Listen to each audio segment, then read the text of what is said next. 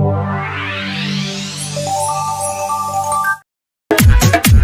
सुन रहे हैं सुपरस्टार दरोगा जी की आवाज में। ओए दीवाना गुरु, ओए दीवाना गुरु। हमरा पोता लेके सील सील सील, हमरा पोता लेके सील, सब तोड़ दिलस रे, तोड़ दिलस रे। हमरा पोता लेके सील, हमारा के छोरा सब आँख खूब मारे, आँख खूब मारे हो, आँख खूब मारे। यूपी में पीछे पड़ गए एगो छवारी, ये गो छवारी हो, ये गो छवारी। बिहार में बबुआन सब ठोक दिलस रे, हमरा पोता लेके सील, सब तोड़ दिलस रे। हमरा पोता लेके सील, सब तोड़ दिलस रे। मर गई नी मैया। उड़ी बाबा। आप सुन रहे हैं सुपरस्टार दरोगा जी की आवाज में। ओए दीवाना गुरु, हमरा पोता लेके सील, सब तोड़ दिलस रे। हमरा पोता लेके सील, सब तोड़ दिलस रे।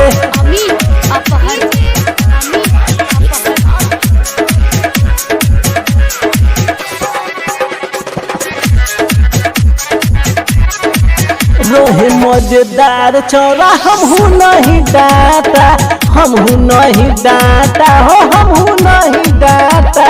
होश हम कोई दिन लाग गइले टाका, लाग गइले टाका हो, लाग गइले टाका। यूपी के चुमा चाटी कह के छोड़ दिलस रे, बिहार के लोग सिला तोड़ दिलस रे। बिहार के लोग सिला तोड़ दिलस रे, बिहार के लोग सिला तोड़ दिलस रे, बिहार के लोग। आप सुन रहे हैं सुपरस्टार दरोगा जी की आवाज में। ओए दीवाना गुरु, ओए दीवाना गुरु।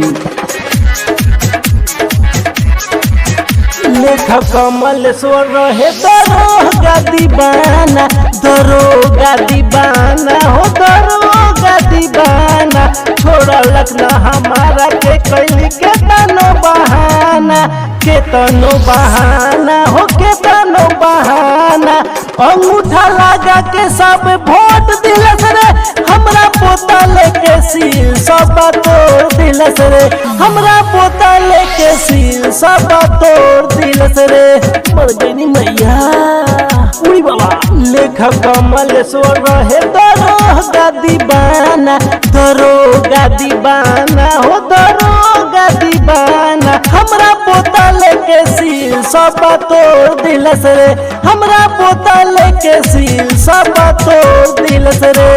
मर गई नी मैया। उड़ी बाबा। बिहार के लोग सिला तोड़ दिलस रे।